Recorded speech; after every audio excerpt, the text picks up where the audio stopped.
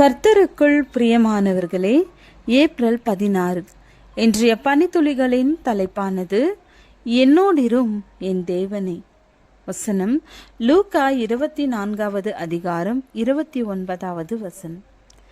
நீர் எங்களுடனே தங்கியிரும், சாயங்காலமாயிற்று, பொழுதும் போயிற்று என்று அவரை வருந்தி கேட்டுக்கொண்டார்கள்.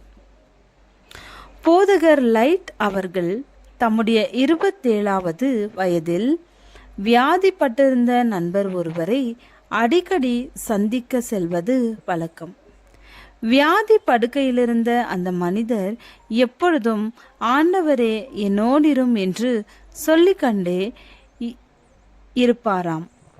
சில நாட்களில் அவர் இறந்து போகவே போதகருக்கு என்னோடிரும் என ஆரம்பிக்கும் பாடல் ஒன்றை எழுதும் எண்ணம் உண்டானது.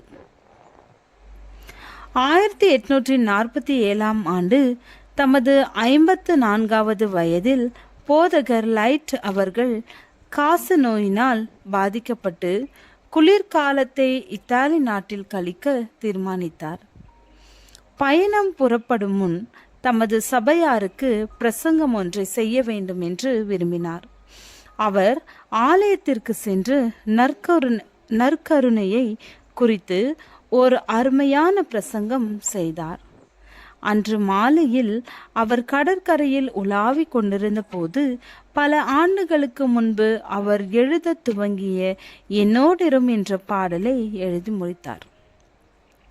நம்முடைய ஆண்டவர் இயேசு தாம் உயிர்த்தெழுந்த அன்று மாலையில் எம்மாவுக்கு சென்ற 2 சீஷர்கள் ஆண்டவரிடத்தில் சொன்ன வார்த்தைகளை அடிப்படையாக கொண்டு எழுதப்பட்ட பாடலே என்னோடிரும் மானேச கர்த்தாவே என்பதாகும்.